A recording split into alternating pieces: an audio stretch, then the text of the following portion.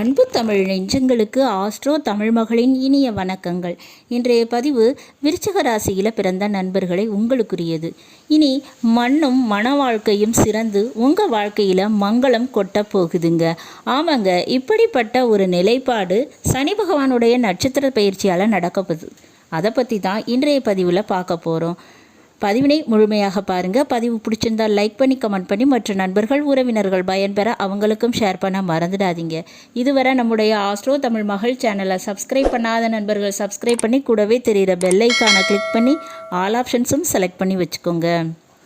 விருச்சிக ராசியில் பிறந்த நண்பர்களை, விதிக்காரகன் என்றால் அது சனி பகவான்க. ஆனால் விதியை மதியால் மாற்ற முடியுமா என்றால் அது விருச்சிக ராசியால் முடியுங்க. அப்படிப்பட்ட தன்னம்பிக்கை, தைரியம், விடாமுயற்சி அப்படின்றது உங்களுக்கு இருக்குது. அதனாலேயே வாழ்க்கையில் எவ்வளோ பெரிய கஷ்டம் வந்தாலும் நீங்கள் அதனை போராடி ஜெயித்து முன்னேறிக்கிட்டு போவீங்க. இதில் எந்த விதமான சந்தேகமும் இல்லைங்க. அப்படிப்பட்ட உங்களுக்கு இந்த சனி பகவான் கும்பராசியில் சதய நட்சத்திரத்தில் அமர்ந்திருக்காருங்க. அவர் செப்டம்பர் மாதத்திற்கு பிறகு பூரட்டாதி நட்சத்திரத்திற்கு அடியெடுத்து வைக்கிறார். இந்த பூரட்டாதி நட்சத்திரம் என்பது குரு பகவானுக்குரிய நட்சத்திரம்ங்க. அந்த குரு பகவான் உங்கள் விருச்சிக ராசிக்கு 7ஆம் வீடான ரிஷப ராசியில் இருக்கார். அப்போ 4ஆம் வீட்டில் இருக்கக்கூடிய சனி 7ஆம் வீட்டில் இருக்கக்கூடிய குரு பகவானுடைய நட்சத்திரத்தில் பயணிக்கிறதால உங்களுக்கு பலன் எப்படி இருக்க போகுது? ஏற்கனவே ராகு பகவானுடைய நட்சத்திரத்தில் பயணித்ததால இப்போ குரு பகவானுடைய நட்சத்திரத்திற்கு பயணிக்க போகிறார். அப்போ கண்டிப்பாக விதியே உங்களுக்கு வழி கொடுக்கும். ஆமாங்க, இதுவரை உங்களுக்கு கிடைக்காத மண் யோகம், அதாவது ஆஸ்தி யோகம் என்று சொல்லப்படுகிற சொத்துக்கள் யோகத்தினை உங்களுக்கு உருவாக்கி கொடுக்கக்கூடிய வகையில் இந்த சனி பகவானுடைய நட்சத்திர பயிற்சியானது இருக்குதுங்க. ஏன்னா இந்த விருச்சிக ராசியை பொறுத்தவரை 4ஆம் வீடான கும்ப ராசிக்கு அதிபதியாக இருக்கக்கூடியவரே இந்த சனி பகவான் தாங்க.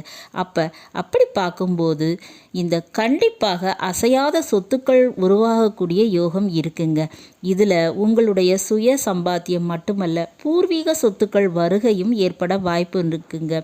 சொந்தமாக நிலம் வாங்குவது, வீடு கட்டுவது மற்றும் இந்த நிலத்தகராறு, சொத்து பிரச்சனை, இந்த மாதிரியான விஷயத்தினை முடித்து கொடுக்குங்க.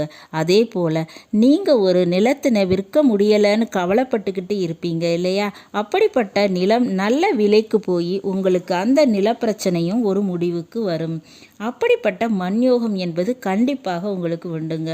விருச்சிக ராசியில் பிறந்தவங்களுக்கு மண் மாறக்கூடிய யோகம் இருக்குது. அதாவது பிறந்த ஊரை விட்டு வேறு ஒரு ஊருக்கு இடம் மாறுவதற்கும், பெண்களுக்கு பிறந்த வீட்டினை விட்டு பிரிந்து புகுந்த வீடு செல்வதற்கு, அதாவது திருமணம் நடப்பதற்கும் கணவர் வீடு செல்வதற்கும் பாக்கியம் இருக்குங்க. அதனால் மண் மாற்றம் என்பது நிச்சயமாக உண்டு. அதே போல் மன வாழ்க்கையில் எப்பேற்பட்ட திருமண தடை இருந்தாலும் சரி, ஜாதக ரீதியாக இருக்கக்கூடிய தோஷம் நிவர்த்தி அடையக்கூடிய தருணமாக இருக்குங்க. அதனால் திருமண வரன் கைகூடி வந்துவிடும். அதில் கவலை வேண்டாம்.